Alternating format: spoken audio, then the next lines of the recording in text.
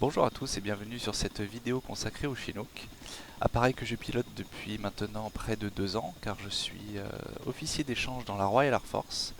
Je suis affecté au 18B Squadron sur la base aérienne de RAF Odium dans le sud-ouest de l'Angleterre.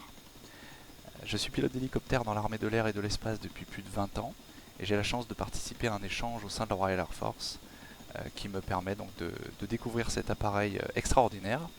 Et comme je suis un des rares pilotes français qui a déjà été qualifié sur cet appareil, je me suis dit que ça pouvait intéresser une communauté francophone passionnée d'hélicoptères de pouvoir en apprendre plus sur cette machine dans leur langue maternelle, parce qu'on trouve beaucoup de vidéos en anglais, quelques youtubeurs, des pilotes de l'US Army justement qui font des vidéos sur l'appareil, mais je sais qu'il y a pas mal de gens un petit peu allergiques à l'anglais, donc je me suis dit que je pouvais essayer de réunir une petite communauté francophone passionnée et qui serait très intéressée de découvrir cet appareil très original au sein de toutes les flottes hélicoptères du monde entier.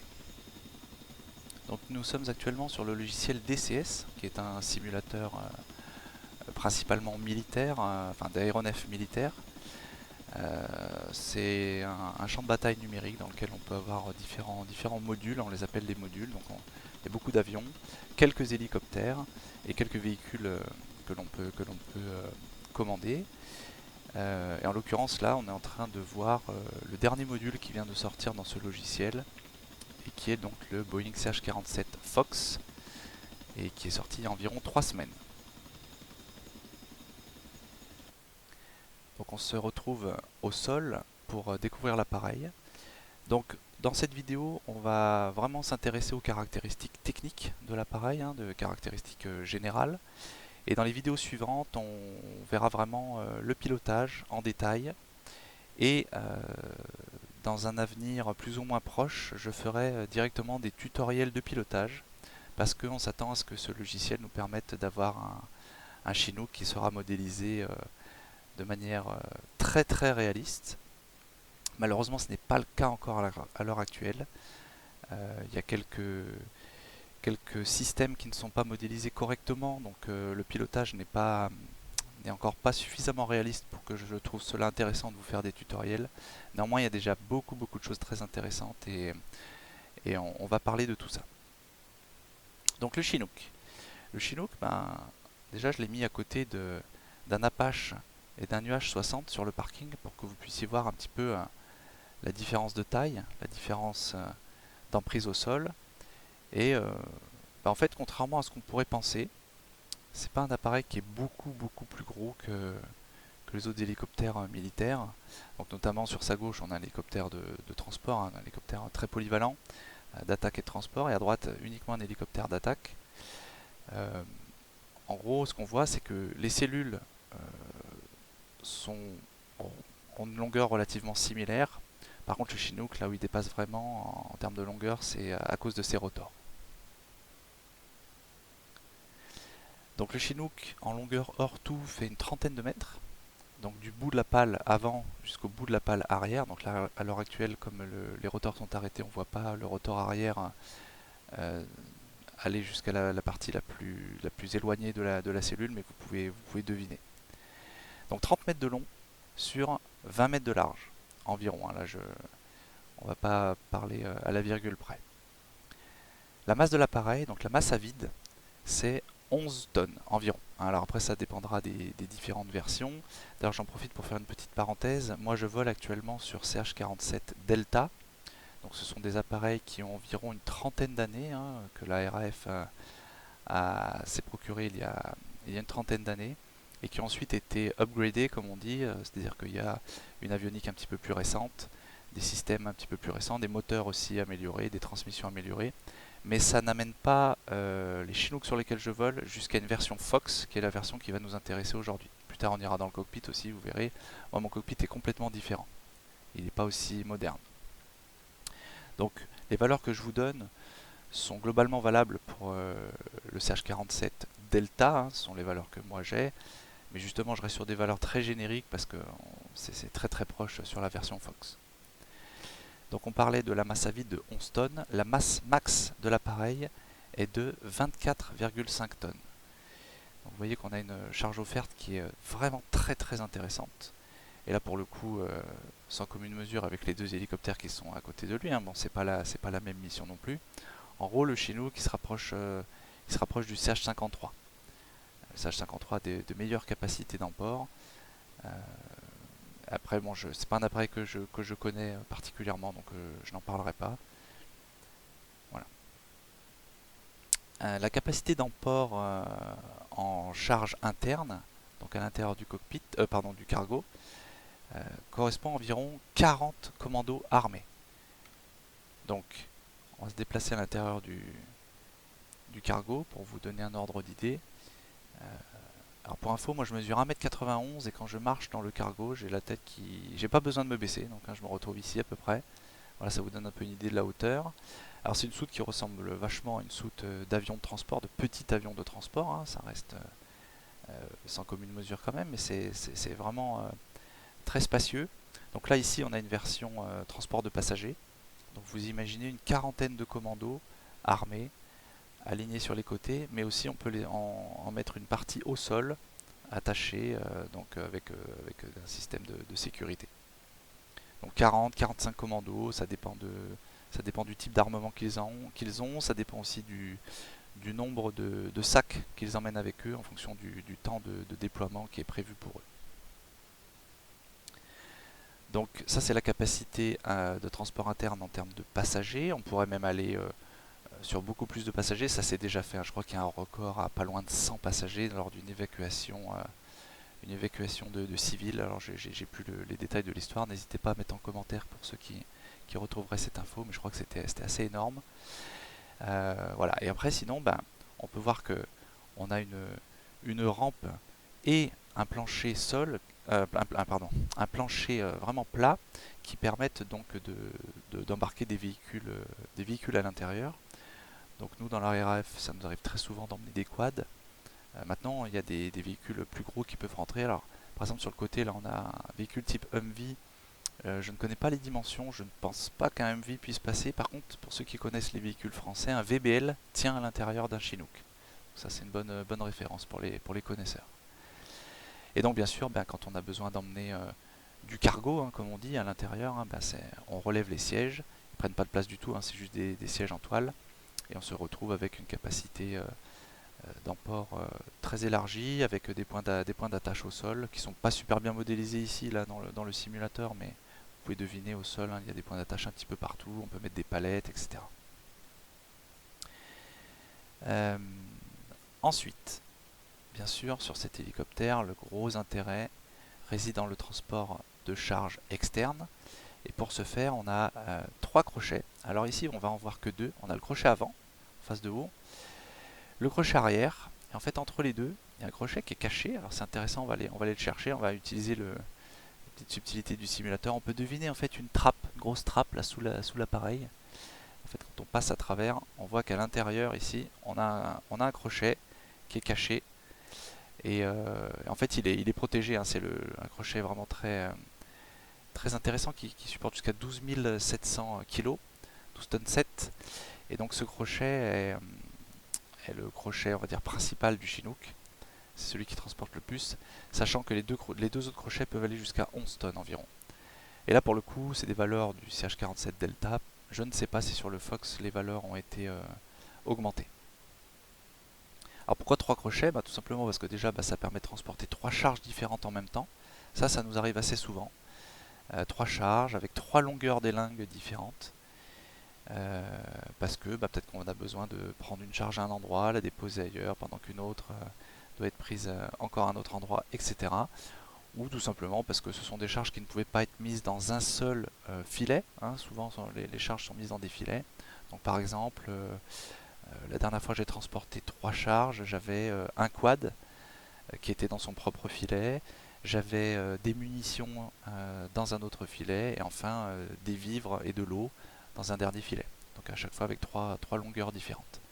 Et en fonction des charges que l'on transporte, on va avoir des limitations différentes concernant les vitesses de vol, hein, la vitesse max, le roulis max et le vario max aussi. Donc là pour le coup les valeurs à chaque fois sont vraiment déterminées par la charge la plus limitante.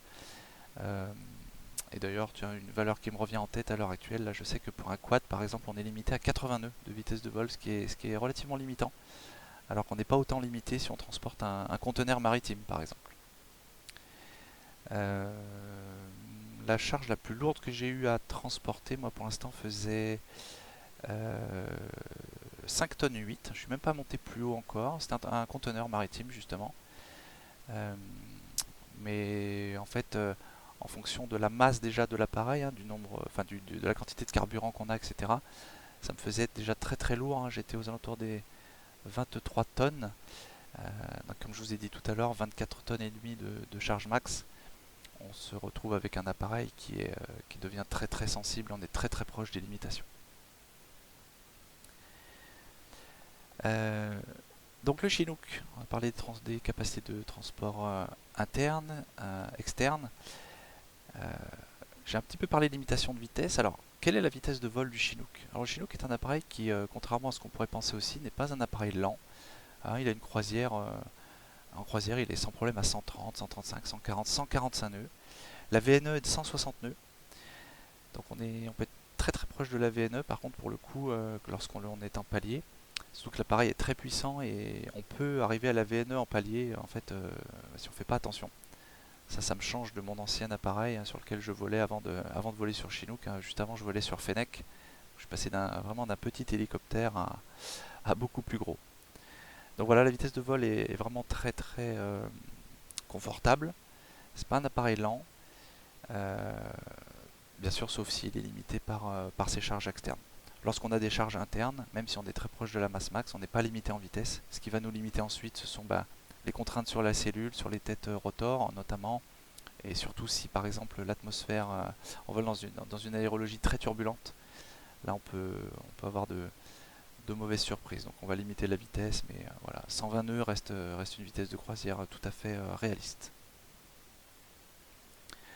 Alors l'autonomie de l'appareil. Sur cette version là que l'on voit ici, on l'appelle la version, moi je l'appelle la version petit bidon. En français, il n'y a pas de Chinook français, mais en gros ce sont des petits réservoirs. Là, on voyait les excroissances qu'il y a de chaque côté de la cellule, là, donc sur la partie droite, là, la partie gauche, enfin par rapport à là où on regarde. Ce sont des réservoirs qui au total nous permettent d'avoir 3 tonnes de carburant, donc de kérosène. Il y a une répartition en fait de 3 réservoirs de chaque côté, un réservoir principal situé au milieu, donc là où il y a marqué United States Army, et 2 réservoirs auxiliaires, un devant et derrière. Les réservoirs auxiliaires alimentent le réservoir principal, et ensuite ce dernier va alimenter les moteurs, vice versa, hein, de chaque côté c'est pareil. Donc 3 tonnes au total. Euh, les chiffres exacts, on peut monter à 3 tonnes, 100 et quelques, ou peut-être même pas loin de 3 tonnes 200, mais quand on fait un ravitaillement sous pression, on, on arrive rarement à dépasser les 3 tonnes au total. La consommation de l'appareil est de 1200 kg par heure. Donc pour les rapides en calcul mental, vous avez déjà deviné l'autonomie de la machine, hein. En gros, voilà, on a environ 2 h 30 d'autonomie. Après, chaque opérateur va avoir une quantité minimale de carburant à l'atterrissage qui va être demandée aux équipages. Pour la petite info, dans la Royal Air Force, la quantité minimale sur cette version-là, la version petit bidon, est de 100 kg, ce qui est dérisoire. Et pour le coup, ça nous arrive assez souvent de rentrer avec 150 kg. Ça laisse pas beaucoup de temps de vol. Donc il faut bien faire confiance aux jaugeurs et à la météo. Ensuite, il y a une version gros bidon qui n'existe pas actuellement dans DCS, malheureusement. C'est dommage parce que moi je la préfère, je trouve qu'elle fait un petit peu plus agressive, un petit peu plus badass, comme on dit. Donc les réservoirs sont beaucoup plus larges, et en fait il y a 3 tonnes par réservoir, donc de chaque côté. Vous imaginez en fait en gros, on double le volume, hein, là concrètement, ça fait une excroissance beaucoup plus grosse de chaque côté. Moi je le préfère. Et on a donc 6 tonnes au total. Donc pas loin de 5 heures d'autonomie. Après, bon, ça dépendra de la température, de la masse de l'appareil, hein. Quand je dis qu'on consomme environ 1200 kg par heure, c'est vraiment une conso moyenne. Ça m'est déjà arrivé de consommer 1400 kg par heure parce qu'il faisait chaud, parce que j'étais très très lourd. Donc après, on utilise des courbes pour savoir combien on va consommer. Et donc voilà, j'ai parlé de la version gros bidon parce que moi actuellement dans la Royal Air Force, je vole sur 3 versions de Chinook différentes. Une version petit bidon, une version gros bidon, et une version un tout petit peu plus récente que les deux autres versions, avec une avionique légèrement plus moderne, des radios légèrement plus différentes. Mais surtout le fuselage n'a pas la même conception. En fait, le fuselage donc du Mark VI, hein, la version la plus récente qui est actuellement dans la Royal Air Force, je pense ressemble au fuselage du CH-47 Fox qu'on a actuellement. Donc c'est une conception un petit peu plus modulaire, un petit peu plus moderne, un petit peu plus rigide aussi. Euh, alors, on va parler de vitesse, autonomie, etc. Mais donc les moteurs, hein. Donc les moteurs, sur le Chinook on a deux moteurs, comme sur la plupart de tous les appareils de taille raisonnable. Et on va s'approcher un petit peu.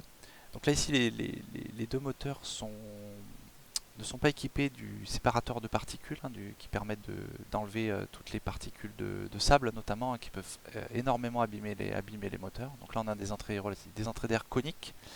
Quand le Chinook est équipé d'entrées d'air avec les séparateurs de particules, devant le compresseur on a vraiment une forme cylindrique, complètement cylindrique et pas conique comme ça. Les deux moteurs font au total, en somme totale, 10 000 chevaux environ en puissance d'urgence et 9 000 chevaux en puissance, on va dire, continue. Après, là, je vous donne une valeur, encore une fois, qui est valable sur le CH-47 Delta. Les Fox sont peut-être des moteurs encore améliorés, un petit peu plus puissants. Alors, si on revient un petit peu aux histoires de masse de l'appareil et si on fait un ratio avec la puissance, donc je vous disais tout à l'heure, l'appareil fait environ 11 tonnes, 11 tonnes 5 en masse à vide. Si on rajoute 3 tonnes de carburant, on est aux alentours donc des 14 tonnes 5 de masse en ordre de vol. Et qu'est-ce que ça nous donne en termes de puissance? Alors ça c'est très intéressant de s'intéresser à ça, et le Chinook pour le coup est bluffant. En gros, on a la capacité de tenir en stationnaire hors effet de sol sur un seul moteur, donc imaginons qu'on perde un moteur, à des masses qui avoisinent les 15 tonnes 5, 16 tonnes. Encore une fois, dépendant de la température, l'altitude de pression, etc. Mais en gros, ça veut dire que quand je suis en équipage constitué, c'est-à-dire deux pilotes et deux membres d'équipage de soute, plus 3 tonnes de carburant, donc 2 h 30 d'autonomie, je sais déjà que si je perds un moteur, j'ai déjà la fameuse puissance qu'on appelle le mono HES en français, ou le HOGE en anglais, H-O-G-E, et ça veut dire Hover Outside Ground Effect. Et donc c'est bluffant en termes de puissance, et c'était un appareil qui est vraiment vraiment très confortable justement, parce qu'on a l'impression d'en avoir toujours sous le coude. Toujours, et donc il se dit que les pilotes de Chinook deviennent un petit peu des pilotes feignants, parce qu'ils ont l'habitude d'avoir un appareil qui est très puissant, qui pardonne beaucoup, et donc moi je vais me méfier parce que dans un an, quand j'aurai fini mon échange dans la Royal Air Force, je vais revenir dans l'armée de l'air, je vais repiloter des hélicoptères dits standards, hein, avec un rotor de queue, et qui manque de puissance malheureusement, et donc je vais réapprendre un petit peu à piloter sur des œufs comme on dit. Alors j'ai parlé d'équipage standard, deux pilotes, deux mécaniciens alors dans l'armée de l'air on les appelle les mécaniciens navigants, dans différentes autres institutions à chaque fois il y a un nom différent, dans la Royal Air Force on les appelle les crewmen, et les crewwomen. D'ailleurs j'ai pas mal de femmes dans mon escadron là, qui sont membres d'équipage de soute. Donc dans l'US Army, je sais pas du tout combien ils sont. Je pense aussi qu'ils sont deux quand même à l'arrière parce que vu la longueur de la cellule, ce qui nous intéresse c'est d'avoir un crewman qui est situé relativement au niveau de la rampe, hein, tout simplement, parce que depuis la rampe il commande le fonctionnement de l'ouverture et de la fermeture de la rampe, mais aussi il va surveiller pas mal de paramètres. Alors c'est dommage, là ici c'est pas super bien modélisé, mais ici vous voyez ce qu'on appelle le maintenance panel. Dessus il y a tout plein d'indications concernant l'hydraulique, les transmissions, donc tout ce qui est température d'huile, pression d'huile, et puis tous les soucis qu'on pourrait avoir si on avait par exemple des particules dans les différents circuits. On a pas mal d'infos aussi dans le cockpit, mais ici il y a quelques infos qu'on n'a pas dans le cockpit, et aussi, ou sinon, nous on a, on va dire, un master alarm dans le cockpit qui va nous dire par exemple qu'on a une particule dans une transmission, voilà, une particule métallique dans un circuit de transmission, et derrière c'est ici sur le maintenance panel que le crewman qui est situé donc au niveau de la rampe, dans la Royal Air Force on l'appelle crewman number one, lui va nous dire ah ben la particule d'huile elle est dans la transmission avant. La particule métallique est dans le circuit d'huile de la transmission avant. Je sais pas d'ailleurs si c'est modélisé ici. En fait, nos crewmen, ils regardent pas à travers cette petite fenêtre. Alors là, ici, ouais, elle n'est pas modélisée, elle est plate, mais en fait, ils ont des bubble windows à l'arrière. Ouais, d'ailleurs, là, ici, il n'y en a aucune. On va regarder de l'autre côté rapidement. J'ai même pas fait attention à ça. Non, il n'y en a aucune. Ah, si, là, il y en a une ici. Bah, d'ailleurs, c'est pas très logique. Nous, c'est pas. La bubble window, elle n'est pas située ici. En fait, on a une bubble window sur cette fenêtre-là et la même de l'autre côté, qui permettent au crewman number one de vérifier l'arrière de l'appareil en permanence quand la rampe est fermée, qu'on est en vol, pour nous indiquer les obstacles les plus proches, pour éventuellement regarder les autres hélicos qui sont avec nous en patrouille, etc. Là, ici, il n'y a pas d'intérêt pour nous d'avoir une bubble window à ce niveau-là. Le crewman number 2, lui est situé au niveau de l'avant de l'appareil. Donc il est situé ici. Ah, je galère un petit peu avec la vue, pardonnez-moi. Là. Et d'ailleurs, cette porte qui est partagée en... On voit, elle est partagée en deux. Il y a la partie où il y a la fenêtre et juste en dessous, il y a une petite séparation avec une trappe qui descend. Mais en gros, en vol, on n'a que la partie haute qui est rentrée à l'intérieur de l'appareil. Hein. Imaginez que ça coulisse vers le haut et ça vient se plaquer au plafonnier. Et ça permet au crewman number 2, lui, de regarder donc sur la partie avant de l'appareil, la partie latérale et dessous aussi, sous la machine complètement. Il se penche complètement par-dessus la partie basse de la porte. Et il nous fait un guidage très très précis, notamment quand on arrive au-dessus d'une charge, pour la prendre au niveau des crochets, pendant que l'autre se situe. Alors on va re-rentrer dans l'appareil, tiens d'ailleurs je vais en profiter pour vous montrer ça. Tout à l'heure je vous avais parlé du crochet intérieur, et ben voilà en fait il est sous cette trappe, ici là. Donc quand on a besoin du crochet central, on ouvre la trappe, hein, elle vient se rabattre sur le côté. Ensuite nos crewmen utilisent une manivelle qui va ouvrir la trappe du dessous, sous le plancher, vraiment sous le fuselage. Et ensuite, le crochet se déploie et en fait apparaît sous la cellule, comme les deux autres crochets. Voilà, la même hauteur, la même garde au sol, on va dire, globalement. Là, pour le coup, il n'y a pas vraiment de grosses différences. Donc voilà pour la partie équipage et, euh, et nos crewmen. Euh, On va aller voir dans le cockpit. Donc là, on va se mettre en vue cockpit. Ça va être plus intéressant. Donc, comme je disais tout à l'heure, moi je suis qualifié sur un CH47 Delta. Donc, dans mon cockpit, j'ai pas 5 MFD comme c'est le cas ici. En fait, j'en ai 4. Deux là, deux là. Ici, j'ai encore pas mal d'instruments analogiques. Hein, tout ce qui est suivi moteur, euh, jaugeur carburant, etc. C'est encore tout avec des aiguilles. Mes pressions, mes températures d'huile, transmission aussi, tout est avec des aiguilles. D'ailleurs, pour le coup, j'aime bien. Moi, je suis un peu un pilote à l'ancienne qui aime bien encore les aiguilles. Même si les écrans, c'est vrai que c'est très très confortable. Ça apporte pas mal de plus. Mais quand on est habitué aux aiguilles, on est un petit peu nostalgique de ces vieux cockpits. Donc, le cockpit, c'est un cockpit standard d'hélico. Hein, c'est-à-dire on retrouve un manche cyclique qui est vraiment très très similaire à n'importe quel autre hélicoptère. Hein. Ça, c'est vraiment une constante hein, globalement sur les hélicoptères, euh, pas que militaires, hein, vraiment les hélicoptères à turbine, etc. C'est un cyclique tout à fait standard. Le collectif, par contre, quant à lui, est assez particulier. Donc je vais zoomer un petit peu pour que vous puissiez un peu voir. Je me décale un petit peu aussi. En gros, c'est pas comme la plupart des collectifs où finalement on a le manche qui vient se pivoter au niveau du centre de l'appareil ici, enfin au niveau du sol, pardon, et qui est fixé donc là sur cet axe et qui vient pivoter. Là, c'est plus un axe qui monte pratiquement verticalement hein, depuis le plancher.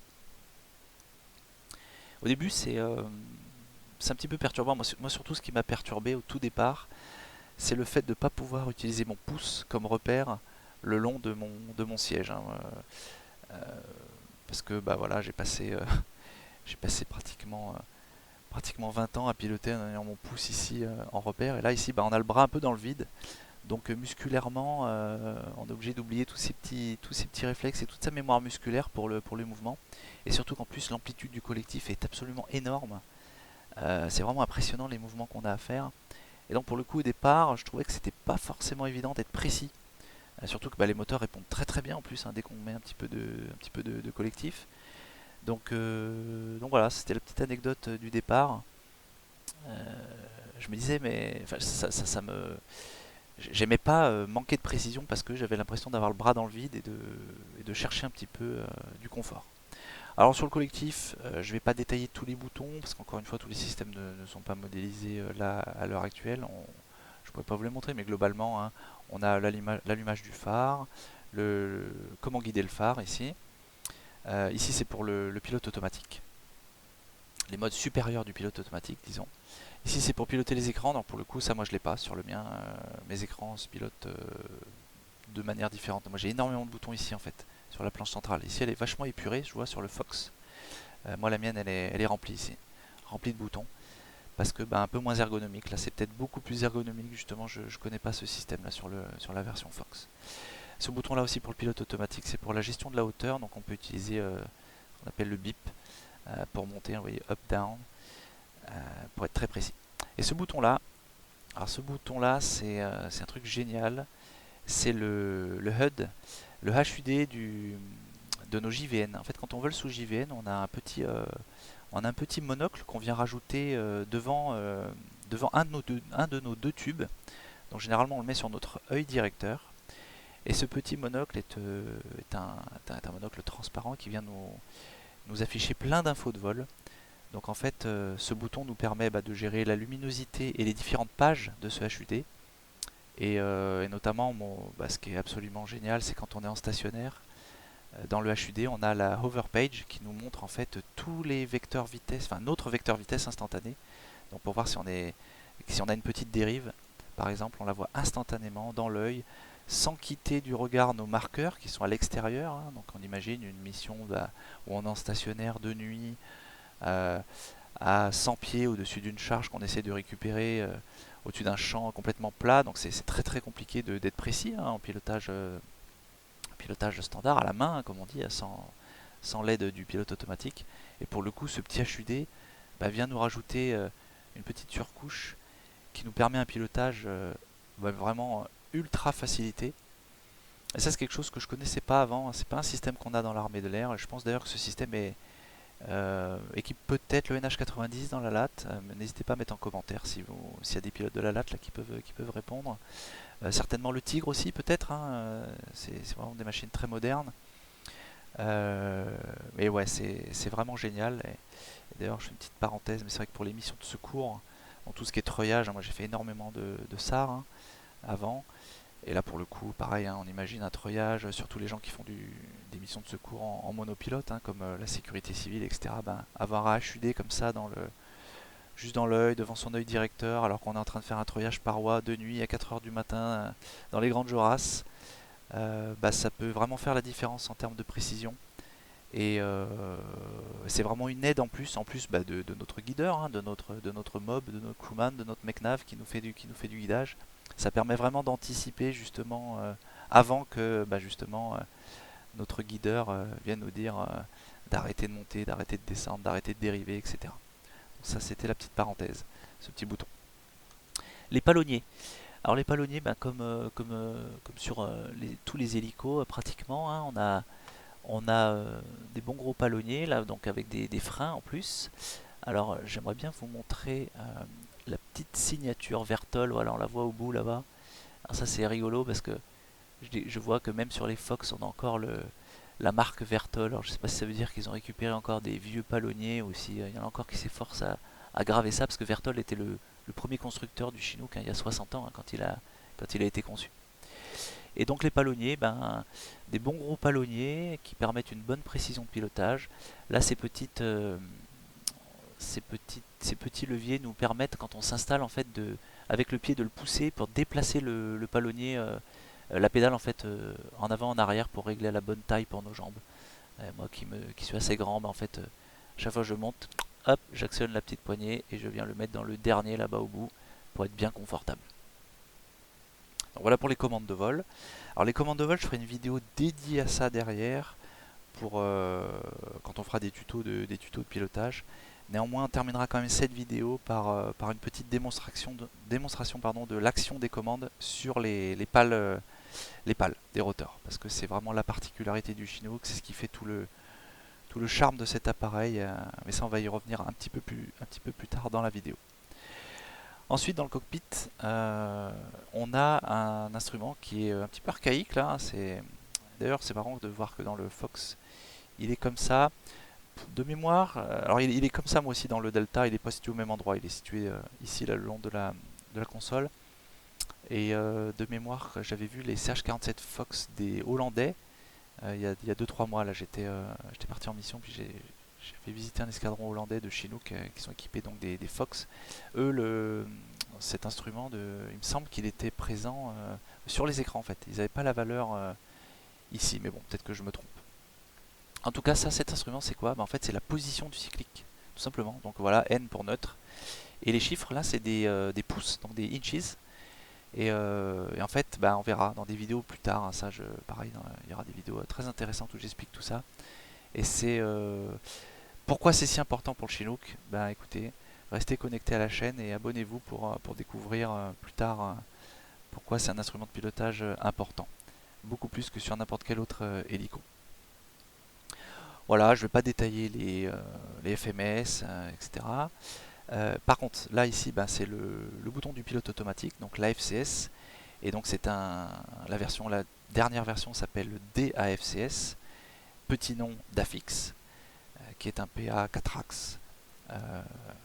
Et on fera une vidéo dédiée parce que c'est un PA pareil qui est très intéressant, qui a des modes de base qui sont déjà assez puissants, assez intrusifs même dans le vol. Au-delà d'être juste un système de stabilisation. Et ensuite des modes sup aussi qui amènent tout ce qu'on peut imaginer sur un PA 4 axes. Ici, on a ce qu'on appelle les LCT. Donc alors c'est marqué Cyclic Trim. En fait, c'est ça, c'est le Longitudinal Cyclic Trim. Et je vais y revenir un petit peu plus tard. Vous verrez pourquoi on a ce système-là aussi qui n'a pas. Alors ça, autant ça, voilà la FCS, ça c'est présent sur tous les hélicos. Hein, c'est des boutons différents. Mais ça, c'est que sur le birotor en tandem qu'est le Chinook. Pour le coup, je ne sais pas s'il y a le même système sur le CH-46. Je sais qu'il y a quelques CH-46 qui volent actuellement dans le monde. On a notamment un chez Swiss Hélicoptère là, qui vole souvent en France d'ailleurs durant la saison estivale parce qu'il vient en renfort de la sécurité civile pour toute la période de saison de feu. Je serais très intéressé de savoir s'il a le même système de Cyclic Trim et on va y venir un petit peu plus tard. Et enfin, dernier élément assez intéressant ici là, on a une molette qui nous permet en fait de piloter la roue arrière droite du Chinook. Donc c'est un volant, il faut l'imaginer comme un volant. Et d'ailleurs on va se diriger directement vers la roue arrière droite et je vais vous montrer en gros, je vais vous parler un petit peu du roulage. Donc le Chinook, donc là c'est vrai que j'ai pas détaillé les trains, mais en fait on a 6 roues au total. Alors on a tendance à dire 4, mais en fait c'est 6, hein, c'est 4 à l'avant, 2 à l'arrière. Le train avant est fixe en rotation, c'est-à-dire qu'il n'y a pas en rotation à l'axe de la serre, c'est-à-dire que les roues avant ne font que avancer et reculer, tandis que les roues arrière peuvent pivoter, mais la seule qui est motorisée en pivotement, c'est cette roue-là, la roue arrière droite. L'autre se retrouve libre quand on la libère avec un petit bouton qui était situé à côté de la molette que je vous ai présenté juste avant. Et en fait, donc, on va motoriser en latéral, donc sur l'axe de la selle, cette roue arrière droite, et c'est ça qui va nous permettre de nous diriger lorsque l'on fait notre roulage au sol pour rejoindre la piste ou pour rejoindre notre emplacement sur le parking. Alors, j'ai tendance à dire que j'ai une image un peu rigolote, j'ai tendance à dire qu'en fait le Chinook qui se déplace au sol comme certains chariots de supermarché, avec juste les roues arrière qui pivotent et les roues avant sont fixes. Voilà, et donc en fait il faut bien prendre en compte que quand on fait un virage, en fait on a l'arrière qui va venir basculer, qui va venir dépasser un petit peu l'axe. Donc c'est bien à prendre en compte lorsque l'on vire. Voilà pour la partie roulage. Ensuite, on va on revient dans le cockpit. Alors si j'ai pas des trucs intéressants à dire. Alors la position actuelle, tiens il faut que je redézoome un petit peu. La position actuelle est légèrement plus basse que moi ce que j'aime avoir en vrai, hein. Donc dans l'appareil on a une molette là sur le côté qui nous permet de monter notre siège. Moi je me mets un petit peu plus haut, là je me mets à une hauteur qui me permet de voir voilà par-dessus un petit peu par-dessus le coaming comme ils disent ici là. Mais on voit qu'on a une bonne visibilité vers l'avant, bonne visibilité dessous, hein. C'est vrai qu'on a un gros dégagement au niveau des pieds et sur le côté. Les montants de porte ne sont pas trop larges, ça permet d'avoir vraiment d'être très à l'aise lorsqu'on fait des posées dans des zones exiguës. Donc clairement, c'est pas du tout déstabilisant, hein. Quand on découvre le Chinook, on est vraiment très confort pour aller dans des zones où on est proche des obstacles. Très bonne visibilité. Et comme j'ai dit tout à l'heure, en plus on a nos deux crewmen derrière qui nous annoncent tout le reste. Et ensuite, cross cockpit, eh bien, bah forcément, ça fait une cabine qui est relativement large. Pas plus large que la plupart des hélicos, je dirais que c'est même standard pour le coup. Et donc, bah forcément, c'est sûr que là, quand je suis en vol, si je suis sur le siège de droite et que je veux tourner à gauche, bah, de toute façon, j'ai besoin d'avoir le crewman number one qui va me confirmer que c'est bien clair à gauche pour faire un virage.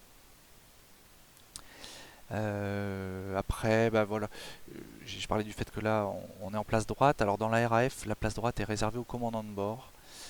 Je ne vais pas rentrer dans les détails. Moi, c'est pas une composition d'équipage que j'aime particulièrement. Ils font l'inverse de ce qu'on fait dans l'armée de l'air et ils font l'inverse de ce qu'on fait dans pas mal d'autres institutions. Alors c'est bien parce que le commandant de bord est le pilote en gros. Alors je vais pas me plaindre, hein. Moi je suis commandant de bord toute mission, donc en gros, si je voulais être égoïste, j'aurais les commandes tout le temps. Je suis même passé instructeur il y a pas longtemps là. Voilà, bon, en fait, moi je trouve qu'il faut vraiment donner les commandes aux jeunes pour qu'ils progressent, parce que là actuellement ils mettent beaucoup de temps à être à l'aise techniquement. Même si la machine est vraiment pas compliquée à piloter, hein, c'est une machine même facile à piloter, hein, vraiment, si on résume très rapidement. Euh, mais, euh, mais voilà, avant d'être à l'aise, il faut quand même du temps. Et donc bref, voilà, le commandant de bord est à droite dans la Royal Air Force. Donc voilà pour le cockpit. Après, bah, n'hésitez pas à mettre en commentaire s'il y a des gens qui ont des questions. Mais après, y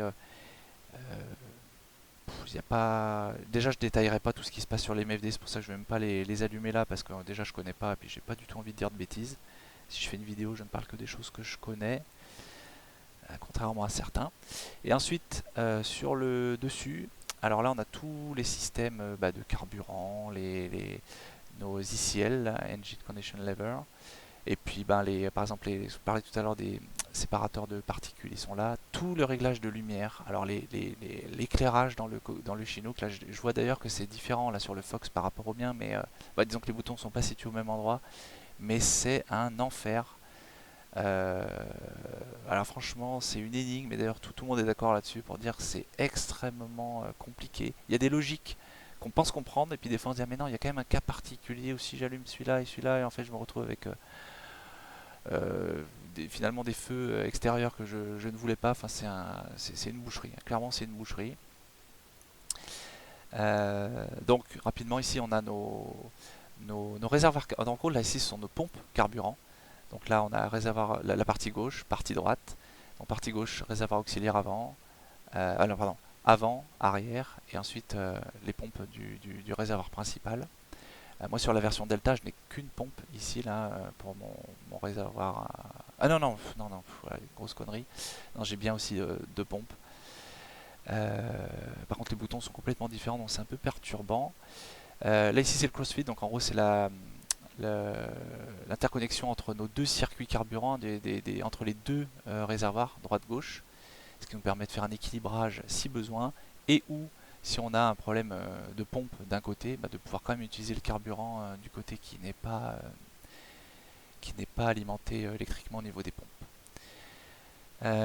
Voilà, ici il n'y a pas grand chose à dire. On a une APU, et tiens, on ira voir derrière là, au niveau de la queue. Et là, ici, c'est la gestion pareil au niveau des moteurs. Voilà, donc rien de plus à dire au niveau du cockpit pour l'instant.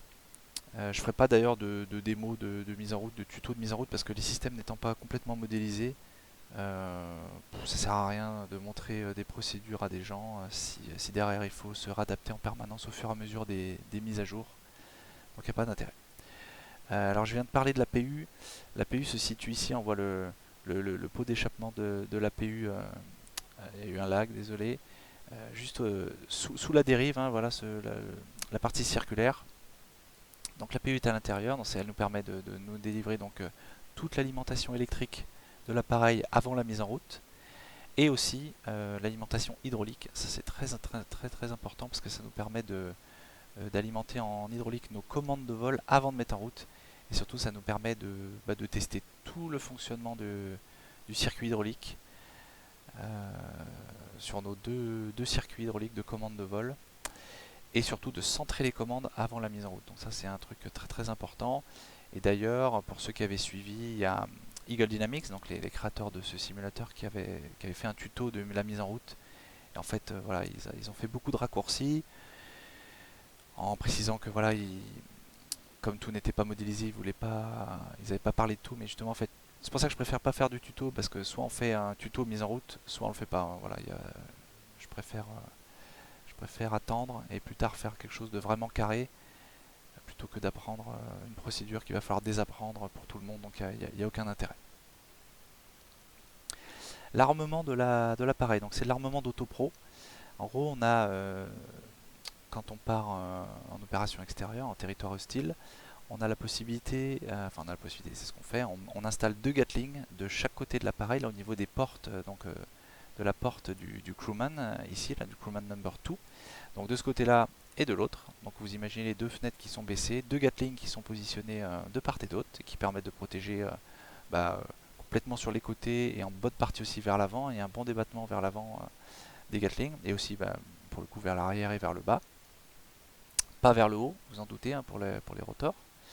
Et à l'arrière, sur la rampe, alors quand on est en vol, la rampe, on peut la cranter en position horizontale. Là, elle est crantée en position complètement ouverte. Mais quand elle est en position horizontale, ça permet d'avoir un plancher plat jusqu'au bout de la rampe. Et on a une mitrailleuse M60 sur la rampe et qui permet donc de sécuriser tout l'axe dans les 6 heures de l'appareil. Après, chaque opérateur a un armement différent. Par exemple, l'US Army a certainement autre chose. Alors je présume qu'ils ont aussi comme nous des Gatling, des M134 à l'arrière. Je pense pas qu'ils aient de la M60. La M60 c'est quand même vachement vieux. Les Américains sont toujours en avance sur tout le monde, donc ils ont certainement quelque chose de bien plus moderne. Ensuite, le Chinook est équipé de systèmes d'autoprotection. Alors je ne vais pas détailler celui-là parce que je ne le connais pas là sur le Fox. Et puis en plus, pareil, encore une fois, chaque opérateur utilise des flares, des chaffes différents, du système de leurrage, des RWR différents.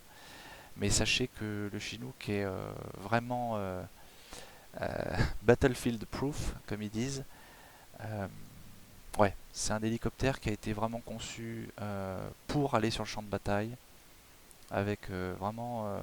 déjà, il y a beaucoup de redondance au niveau des circuits, que ce soit les circuits électriques, hydrauliques, etc. Circuit carburant, il y a beaucoup de systèmes de protection. Je ne vais pas détailler parce qu'il y a peut-être des trucs confidentiels, donc je préfère faire attention à ce que je dis. Hein, faut que je fasse gaffe. Et justement, pour tout ce qui est système d'autopro, voilà, dites-vous que c'est du standard appareil militaire qui est capable d'aller dans les zones les plus hostiles possibles. Euh, et en fait, pour ceux qui veulent plus d'infos, après, DCS va certainement détailler pas mal de choses auxquelles ils ont eu accès, donc on pourra les commenter, mais moi je vais pas commenter les connaissances que j'ai au niveau de la Royal Air Force. Alors, on a parlé de tout sauf des rotors, je gardais le meilleur pour la fin. Donc voilà, ce qui fait l'originalité du Chinook, c'est son système de birotor en tandem, donc 2 rotors contrarotatifs. Les 2 rotors sont liés par le même système de transmission.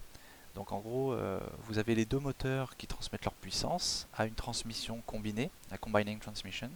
Et cette transmission combinée va ensuite transmettre toute la puissance au rotor avant et au rotor arrière, par encore tout un jeu de transmission. Vous imaginez la transmission avant part en fait pratiquement d'un point qui est situé entre les 2 moteurs et qui court tout le long du toit de l'appareil jusqu'à la transmission avant pour alimenter donc le rotor avant. Et les transmissions, c'est vraiment le point névralgique du Chinook. D'ailleurs là sur le système Fox, là j'ai vu ils ont encore plus de systèmes de surveillance que ce que j'ai moi sur ma version Delta. Donc il doit y avoir encore d'autres d'autres particularités que je connais pas hein, sur celui-ci, mais en tous les cas le système dans sa globalité est relativement similaire. Donc deux rotors contrarotatifs, birotor en tandem. Les rotors tournent à 225 tours par minute. D'ailleurs ce qu'on va faire, on va retourner sur le Chinook qui est en vol actuellement. Alors j'ai baissé le volume exprès pour que vous puissiez entendre facilement ce que je dis. Le son est pas mal fait pour le coup.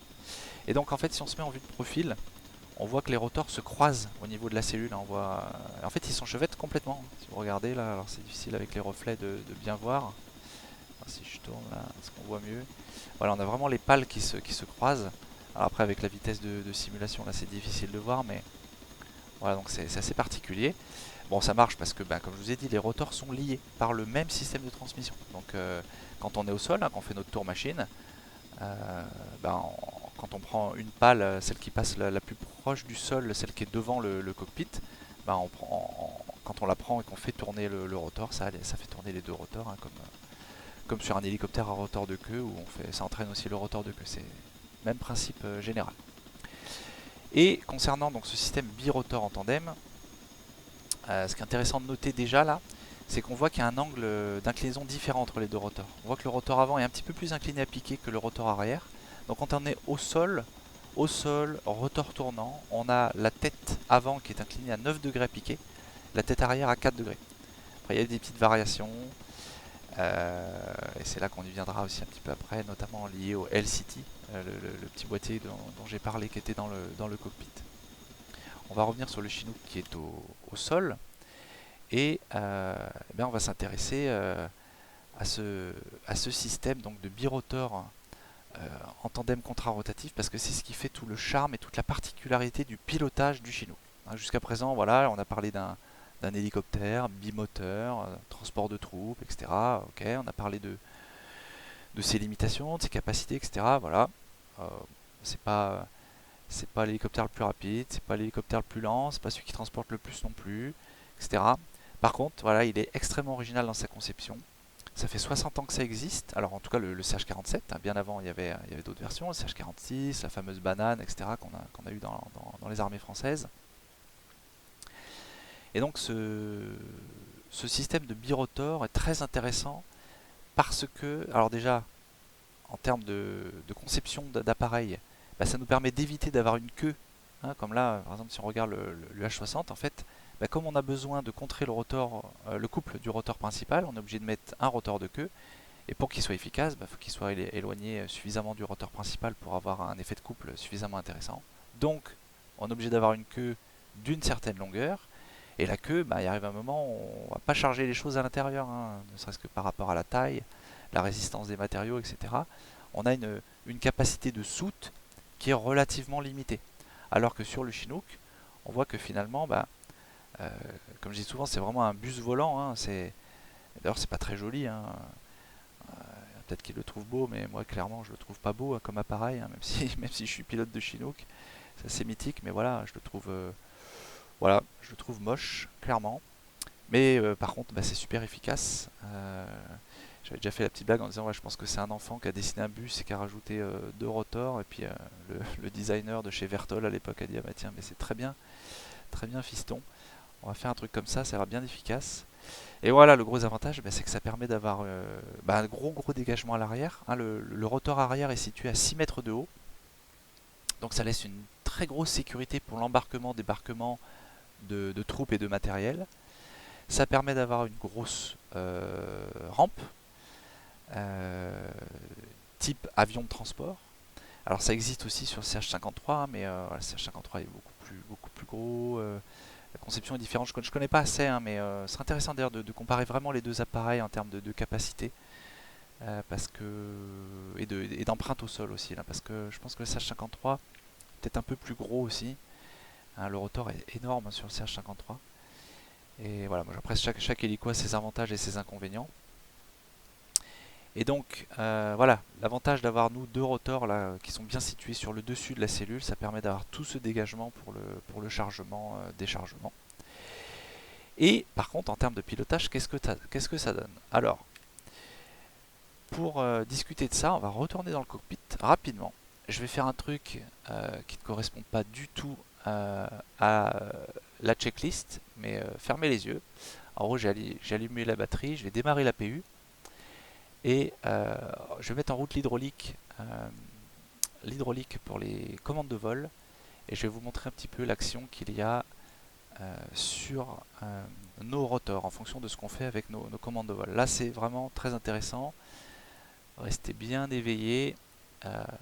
Et après, il y aura d'autres vidéos. On va vraiment mettre tout ça en application. Je vais vous montrer vraiment en vol ce que ça donne. Mais là, je vais vous détailler ça au sol. C'est déjà très intéressant. Donc là, j'ai mis l'APU. Donc on a toute l'alimentation électrique maintenant qui est prise par l'APU. J'ai mis ça. J'ai lancé l'APU Gen. Ça nous lance les écrans et tout ça. Voilà, on s'en fiche. C'est pas forcément très intéressant. On verra plus tard, dans un avenir plus ou moins proche, si je prends le temps de faire des vidéos, j'explique un petit peu ça, mais je pense qu'il y a des gens passionnés qui feront des vidéos bien plus détaillées que moi. Pour le coup, je suis pas forcément intéressé par tous ces systèmes internes. Moi, ce qui m'intéresse de vous transmettre, c'est les impressions que j'ai en réel sur la machine. C'est vous parler des systèmes actuellement qui sont modélisés, le modèle de vol, etc. de l'appareil quand on fera les vidéos suivantes, et surtout le pilotage très particulier de cet appareil qui est passionnant. Donc là j'ai mis l'alimentation électrique et maintenant je vais aussi alimenter en hydraulique les commandes de vol et à partir de maintenant je vais pouvoir bouger mes commandes. Donc en gros voilà, j'ai mon manche cyclique, mes palonniers, voilà, et mon collectif. Voilà, donc là, je vous parlais tout à l'heure de l'axe que m'y bougeait, vous voyez. Voilà, ça fait ce mouvement un peu de scie, hein. On imagine une scie, là, on coupe du bois là, quand on manipule notre collectif. Alors là on ne se rend pas vraiment compte de la, de la, pardon, de l'amplitude de mouvement du collectif. Et moi ça m'a particulièrement choqué au départ. Peut-être aussi parce que je venais du Fennec et que sur Fennec on n'a tellement pas beaucoup de marge avant de faire un surcouple qu'on se limite beaucoup. Mais voilà, j'étais vachement perturbé par ça. Et donc les palonniers, voilà, palonnier standard, on met du pied à gauche, pied à droite, et les freins sur le dessus. Voilà. Alors, qu'est-ce qui se passe sur nos pales? Là, c'est vraiment très intéressant. Donc, là, si je mets du collectif, alors tiens, je vais peut-être zoomer un peu, mettre une vue un petit peu plus intéressante. On va voir là. Ok. Donc là, j'ai le collectif tout en bas, je le monte. Voilà. En fait, on a tout simplement augmenté l'incidence de toutes les pales, de nos 6 pales au total, et de manière symétrique. Ah, voilà. Je lève, je baisse. Donc sans hydraulique, c'est impossible à faire, hein. Les efforts sont énormes, donc on a vraiment besoin de l'hydraulique. Donc pour le collectif, sans surprise, si j'ai besoin de monter, hein, tout simplement de prendre la hauteur avec le Chinook, je mets du collectif, j'augmente la force de sustentation sur mes deux rotors de manière presque symétrique. En fait, il y a quand on fait les cours sol, hein, sur le Chinook, on apprend qu'en fait il y a 55% de sustentation à l'arrière, 45% à l'avant. Donc c'est pas tout à fait symétrique, mais c'est aussi lié à la différence de masse entre l'arrière et l'avant, parce qu'à l'arrière on a les deux moteurs, la transmission arrière est encore plus grosse, parce qu'elle alimente aussi des transmissions auxiliaires, plus on a l'APU, etc. Bref, donc il y a une différence, peut-être une différence de calage au niveau des deux rotors, mais comme je vous ai dit, ils sont liés de toute façon, donc il y en a pas un qui tourne plus vite, etc. Donc voilà pour la partie collectif. En roulis, qu'est-ce qui se passe? Tout simplement, on re-switch, on retourne dans le cockpit. En roulis, voilà, si je mets du manche à droite, manche à gauche, qu'est-ce qui va se passer? Là, on voit, j'ai les pales qui s'inclinent. Alors, c'est pas forcément parlant quand on regarde que ça.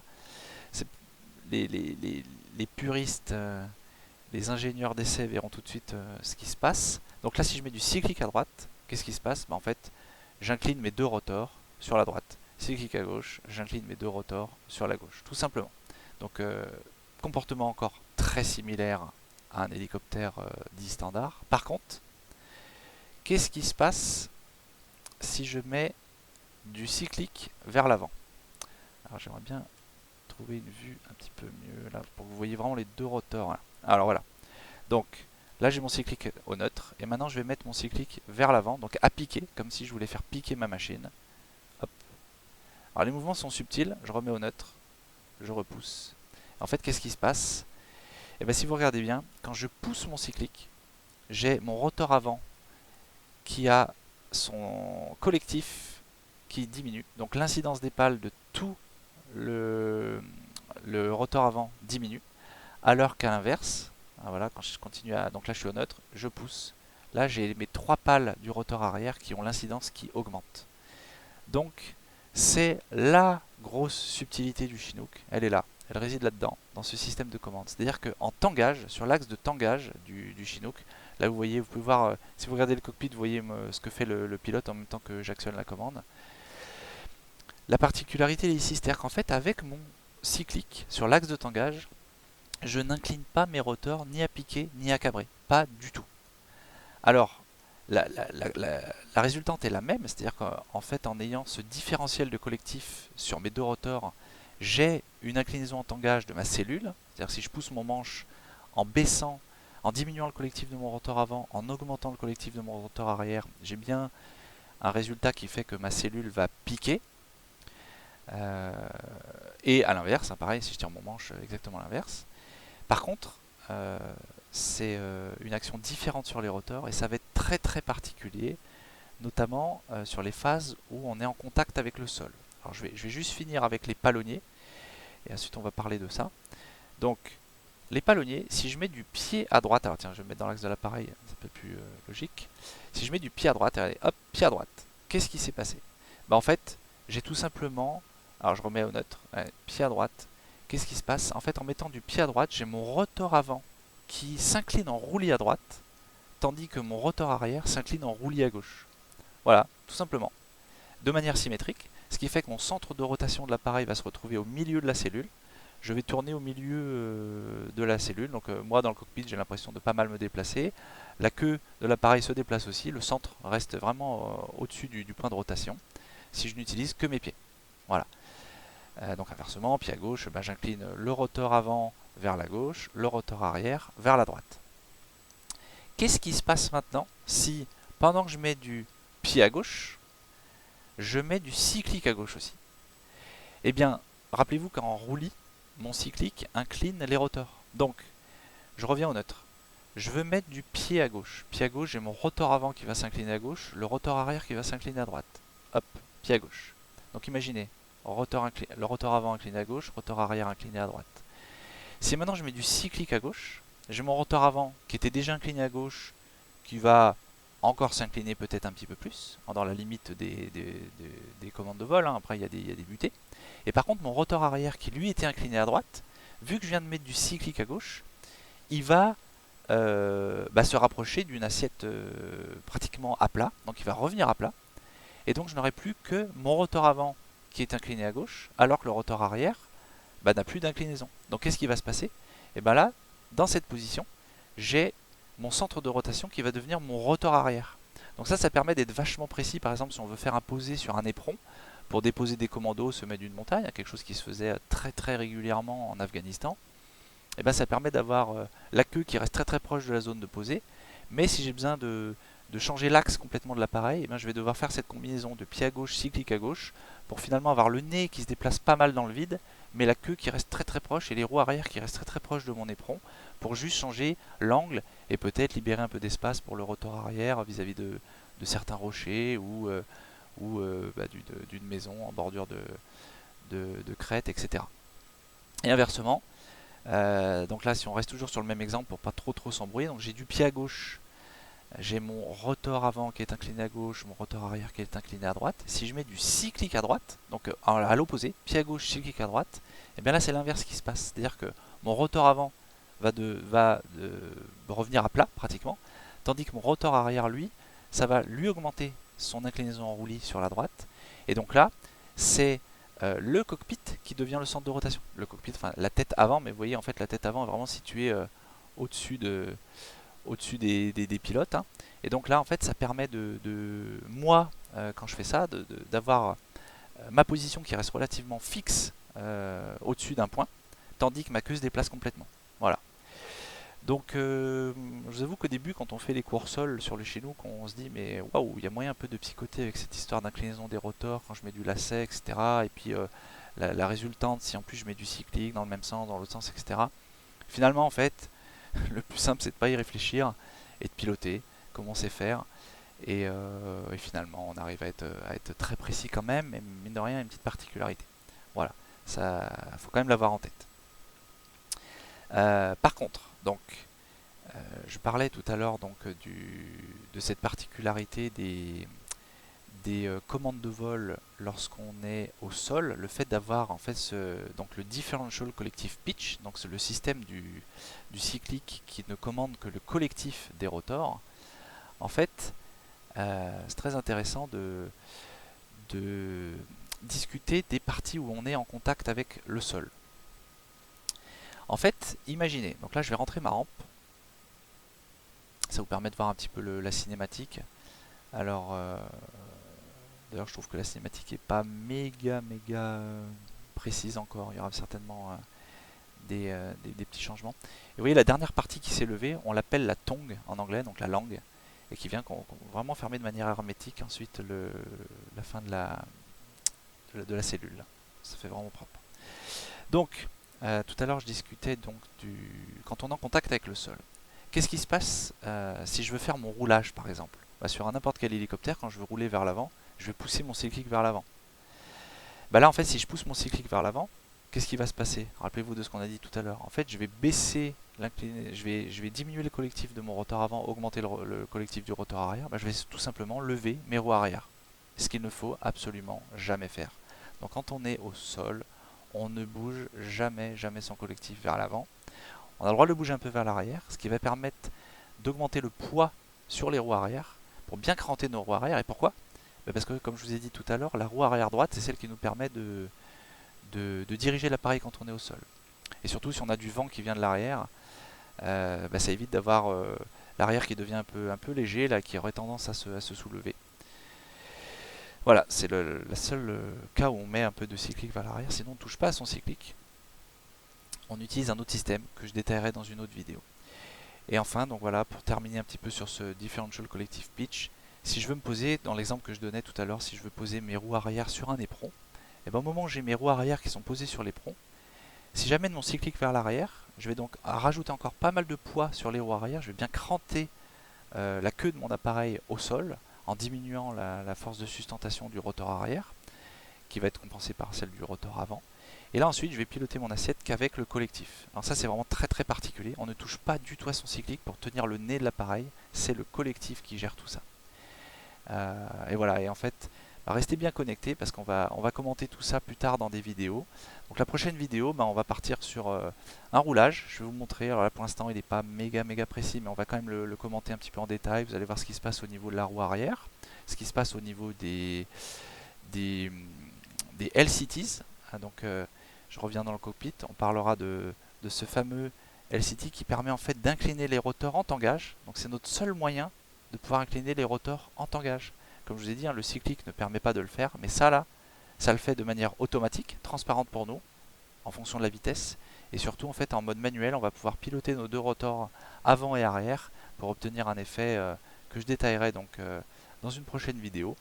Et puis voilà, on partira en vol et puis on verra un petit peu comment l'hélicoptère se comporte.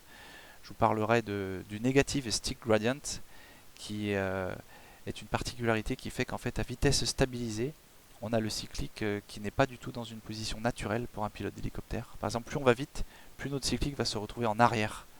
Ce qui est exactement l'inverse dans n'importe quel hélico. Mais il y a une petite astuce, un petit trésor d'ingénierie qui a été découvert et qui permet de pallier ce problème entre guillemets, mais qui nous permet en fait, qui permet à tout pilote d'hélicoptère de pouvoir piloter un Chinook de manière naturelle. Voilà, j'espère que cette vidéo vous a plu.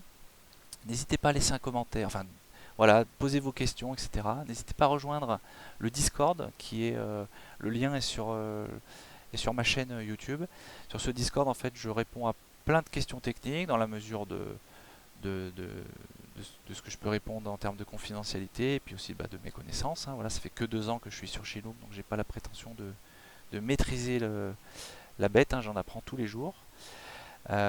Et voilà, dernière petite parenthèse, comme je vous ai dit, j'insisterai pas trop sur tous les systèmes à l'intérieur du cockpit. Aussi pour une raison toute simple, c'est que j'ai pas du tout envie de m'embrouiller.